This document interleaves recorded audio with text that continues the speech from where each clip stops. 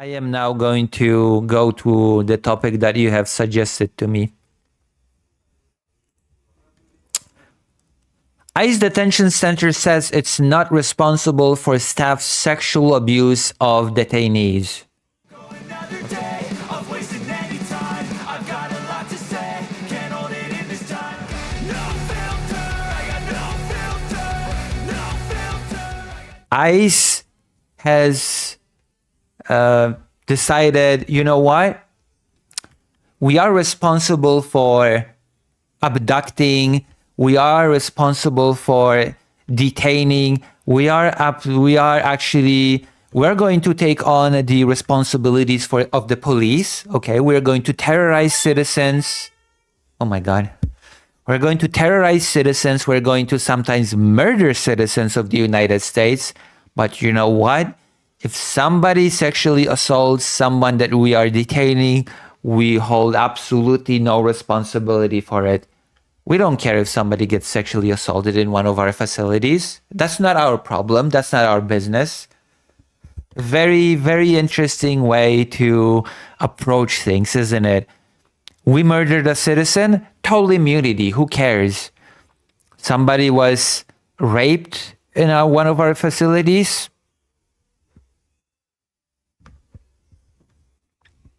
All 50 states, the District of Columbia, and the federal government impose criminal liability on correctional facility staff who have sexual contact with people in their custody. These laws recognize that any sexual activity between detainees and detention facility staff, with or without the use of force, is unlawful because of the inherent power imbalance when people are in custody. Yet one immigration detention center is trying to avoid responsibility for sexual violence within its walls by arguing that the detainee consented to sexual abuse. How do you consent to sexual abuse? Please explain to me. How do you consent to sexually? Oh yeah, we might have raped this woman, but you know what? At the end of the day, she consented to it. What? Edie, an asylum seeker and domestic violence survivor from Honduras, was sexually assaulted by an employee while she was detained with her 3-year-old child at the Berks Family Residential Center in Pennsylvania. At the time of the assault, Edie was 19 years old. Yeah, clearly consented, right? She filed suit against the detention center and its staff for their failure to protect her from sexual violence, even though they were aware of the risk. The record in the case, Edie versus Sharkey, shows that her assailant coerced and threatened her, including with possible deportation, while the defendant stood by and made jokes. So she was raped. She was raped, and standers-by just made jokes about it. Although the employee pled guilty to criminal institutional sexual assault under Pennsylvania law, the defendants contend that they should not be liable for any constitutional violations. Their argument rests in part on their assessment that the sexual abuse was consensual. Again, how do you arrive at claiming that sexual abuse is consensual? How does that happen? That's mutually exclusive. Okay, if it's consensual, then it's not sexual abuse anymore. Okay, then it's just consensual sex. But the problem is, that it is clearly stated here that the consent does not matter in this case. Look at this. It clearly says, there we go. Let's say something around here.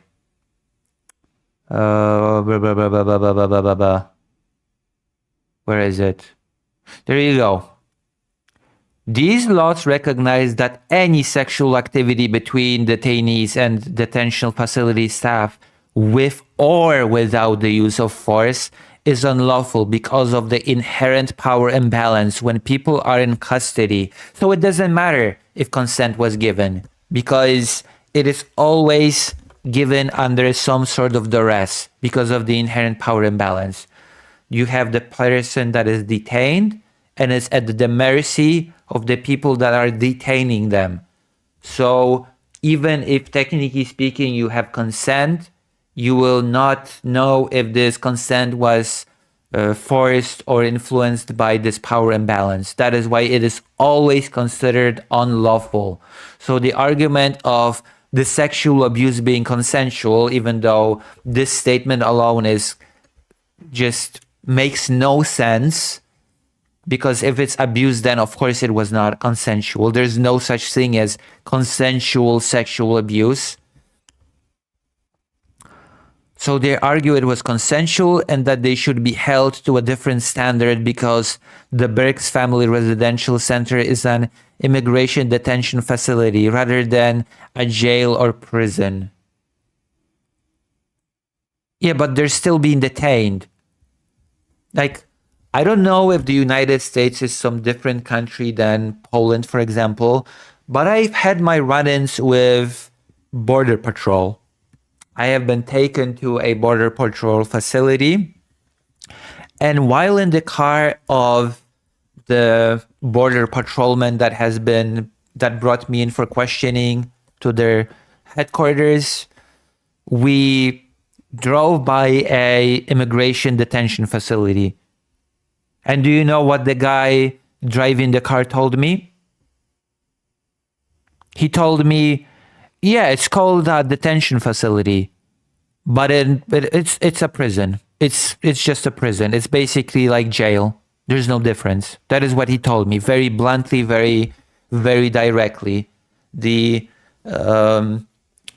Border Patrol officer told me, the immigration detention facility is just a prison. It's just called different, but people are trapped here. They are basically like in jail. He was not even trying to just honey the words. He was not even trying to hide it. So the argument that they should be held to a different standard because it's an immigration detention facility rather than a jail or prison is just comically ridiculous to me.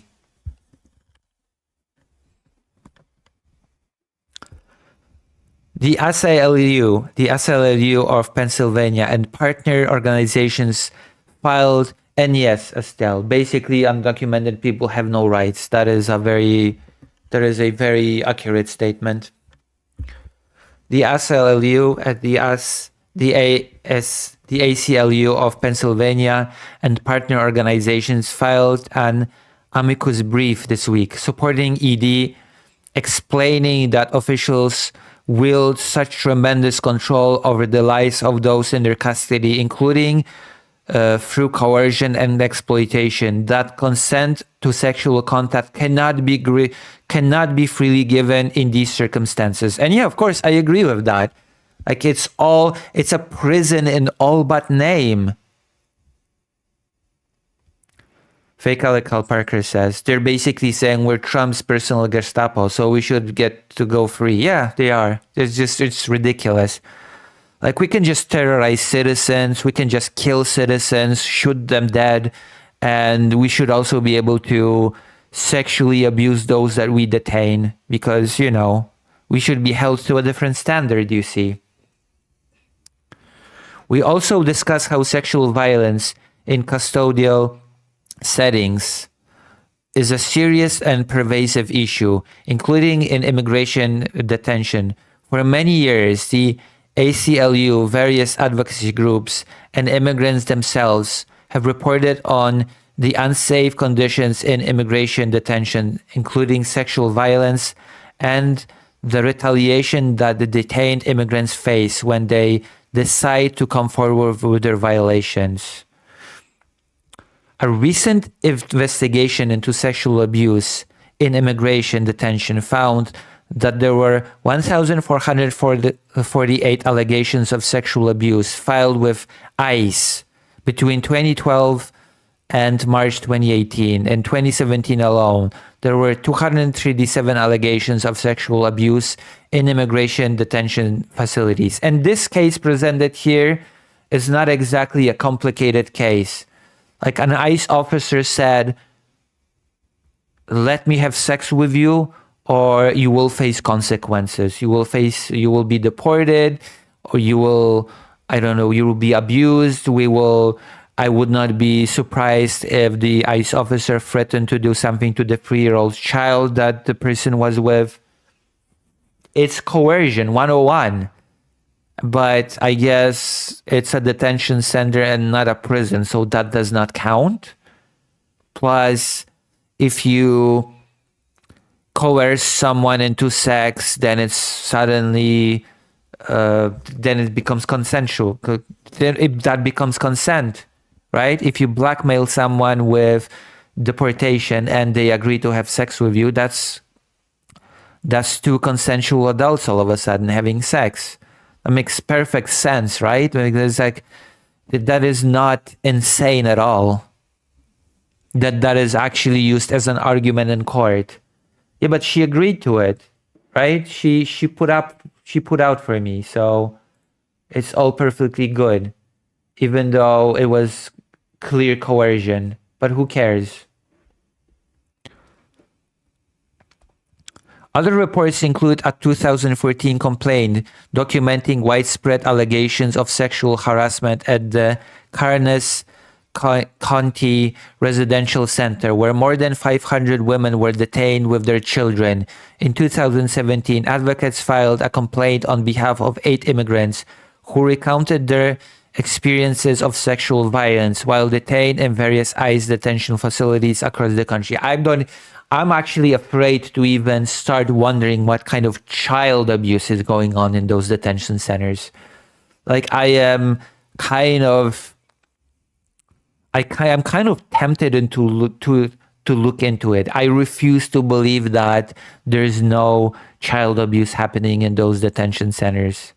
Like if women are being assaulted, I do not believe that the children are just being left alone. I'm looking into it. Child abuse in American migration detention centers.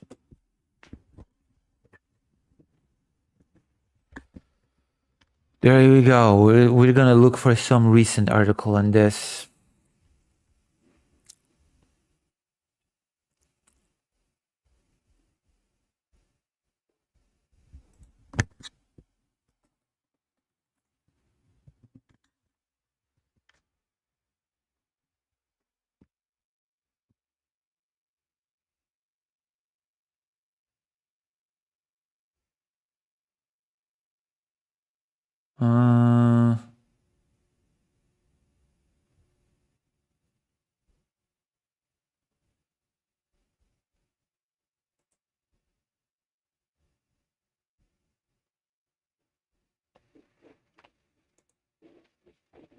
Hold on.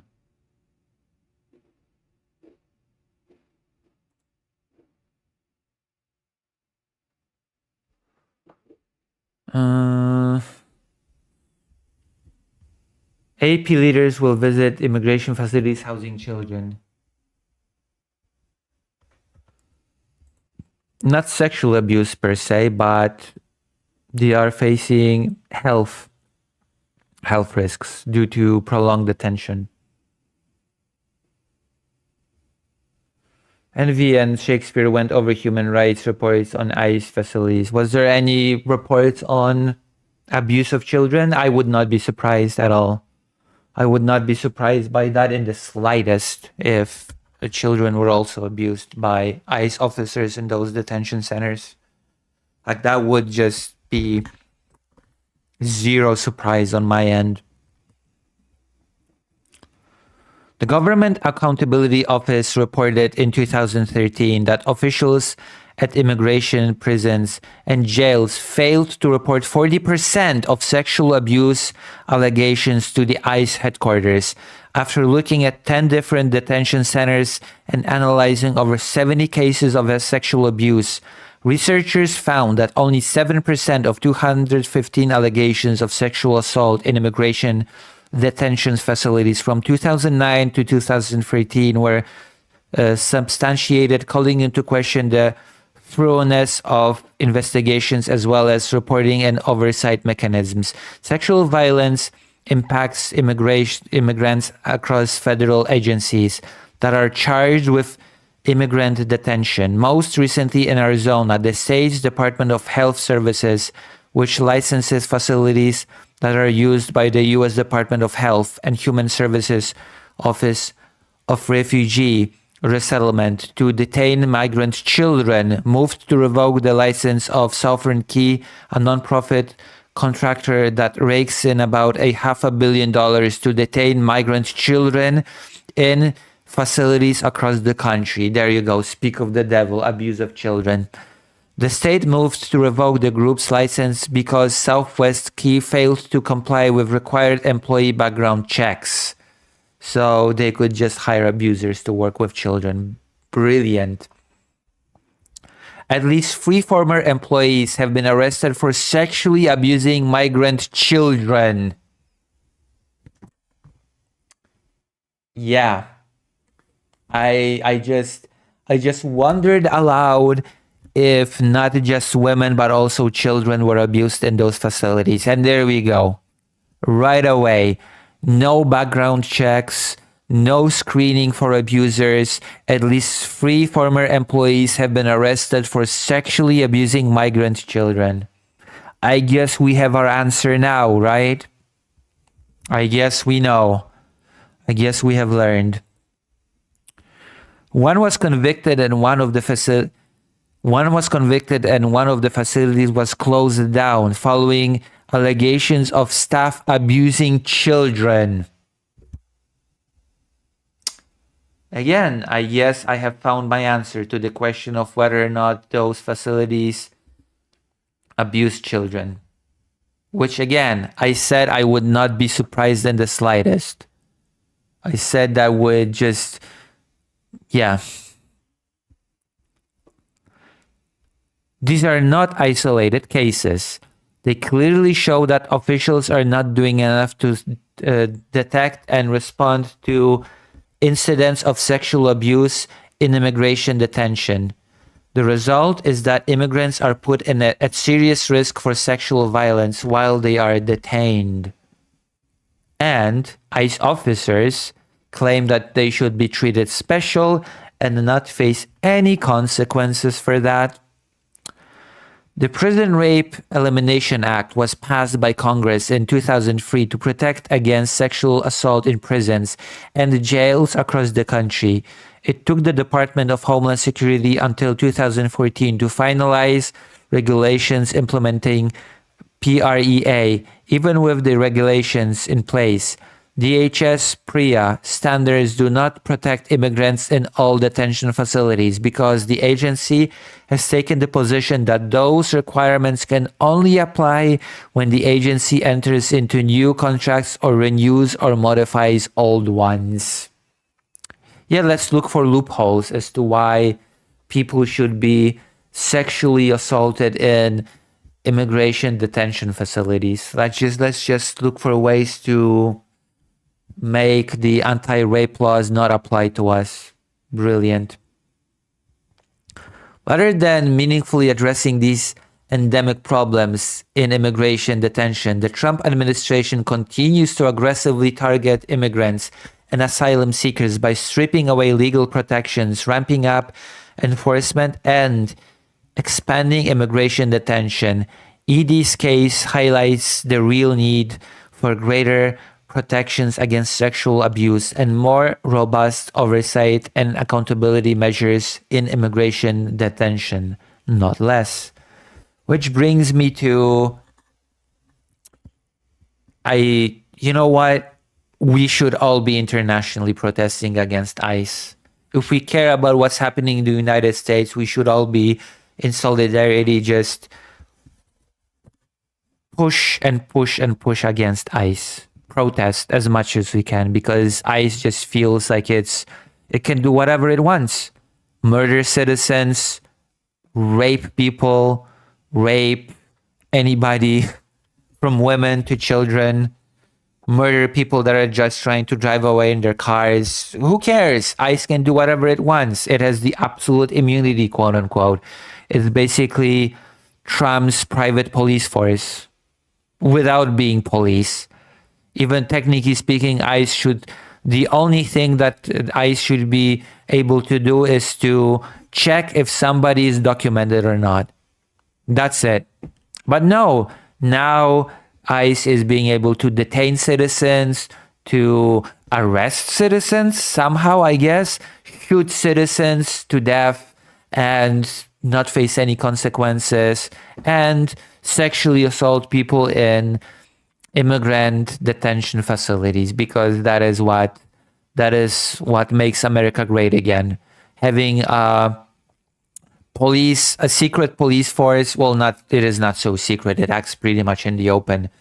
Private police force of Donald Trump that acts with absolute impunity and with no oversight. That is what America really needs to become great again, doesn't it? Trump is really doing a great job domestically and when it comes to foreign policy to make sure that America becomes the greatest, doesn't he? That's going to be his legacy for destroying the Rennie rules-based international order, and he's also going to, I guess, pass on to history. His legacy will be turning the United States into a military/police state. Brilliant. I cannot wait for that. Because he is going to bring in the military to squash the protests against ICE. So all I can say is that people should double, triple, quadruple in their when it comes to just trying to oppose ICE. It should be a no-brainer. Like, people should just triple, quadruple in their efforts to fight against ICE. I think there should be a countrywide protest against ICE, not in just...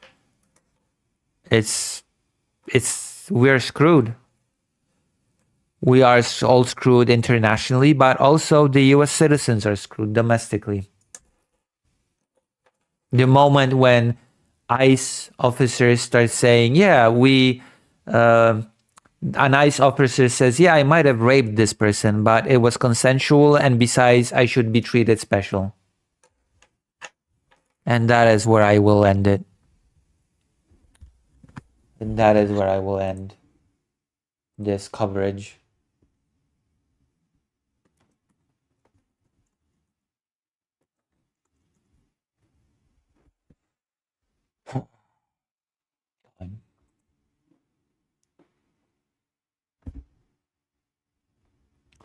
If we succeed at the polls, he won't have a legacy. We'll see. We'll see if America will even have a midterm to speak of.